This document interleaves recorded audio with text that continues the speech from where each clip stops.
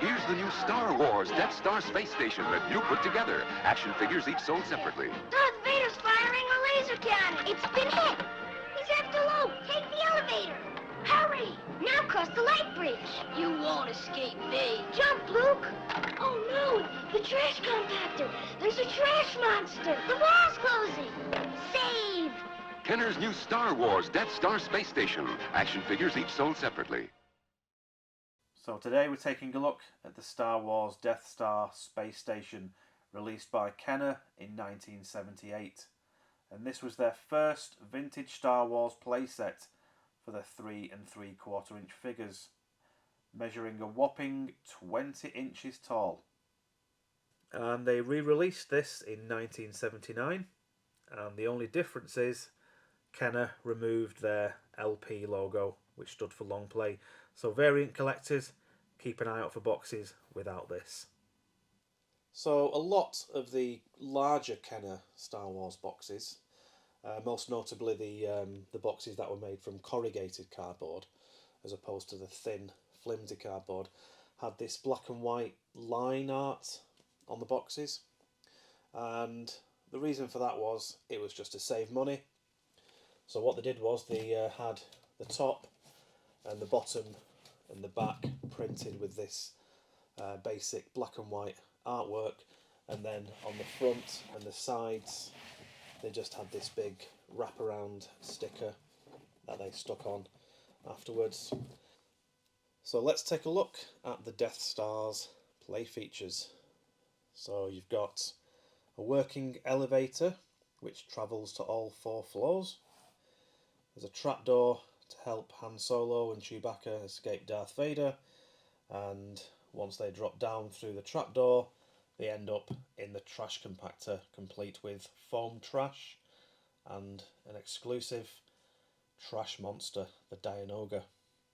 And on the other side you've got the exploding laser cannon, and spoiler alert, it doesn't explode, it just falls over.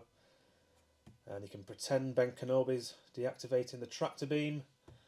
You've got a sliding light bridge there which extends, and then you've got a rope which allows Luke Skywalker and Princess Leia to swing to safety. And before we take a look at the playset itself, I just thought I'd show the instructions.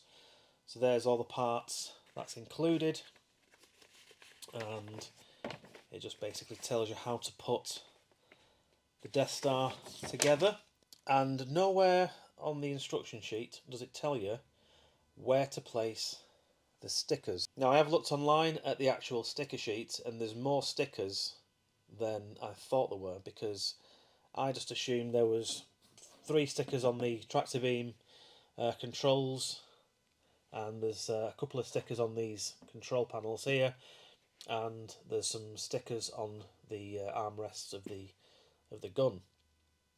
But everyone seems to be in the same boat as me. They have no idea where these other stickers go, and I think Kenner just let children use their imagination and stick them where they wanted. So I've seen some stickers where they're above the doorways to the elevator. I've seen some where they're on the side here. But yeah, there's just nowhere in the instructions telling you where to put the stickers. So let's take a look at the actual toy itself. So, as the box states, there's 4 floors to the Death Star, and we're going to take a look at each one, starting with the top floor.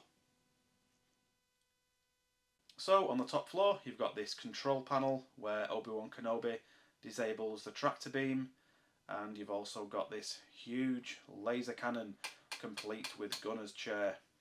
And to simulate battle damage you just turn this lever here, and like I said, it doesn't explode, it just falls over. And on the level below that you've got the first of the cardboard backdrops, which is nicely detailed, and you have this retracting bridge.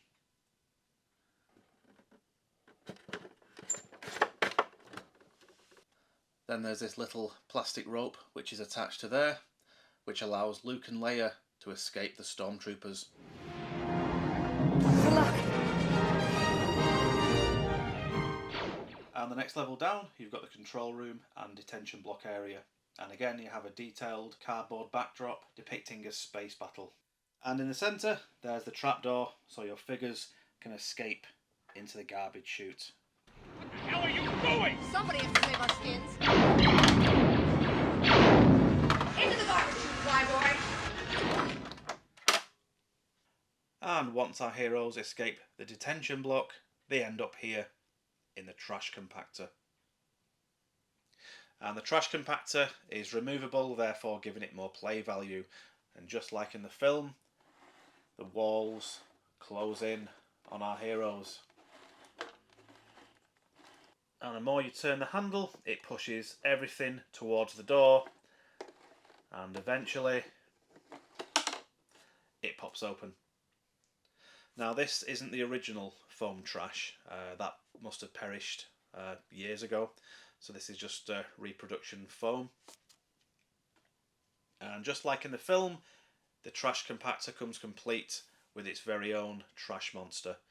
Now, I know in the film you only ever see its eye and one of its tentacles, but Kenner has gone a step further and created the rest of it. So you've got a mouth there in its stomach, and you've got like some sort of fins and tentacles there with octopus-like suckers. And apparently it took the sculptor 6 weeks to come up with this. So yeah, a lot of attention to detail and a lot of work went into this. And this is unusually for Star Wars toys. This is actually made out of like a rubber, so it's not plastic like all the other figures. But like I said, this was exclusive to the Death Star playset. And finally, to take your action figures to all 4 floors, there's the elevator. So you put your figures in, close the door, and up they go. And to lock it onto each level, you just turn the tab and it holds it in place.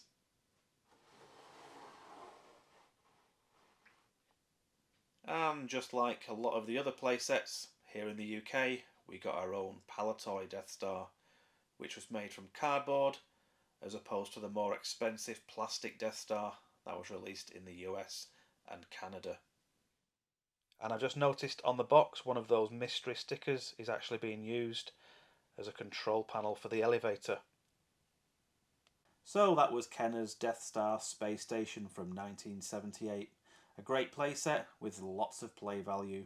Anyway, thanks for watching, and I'll see you on the next one. Take care, bye!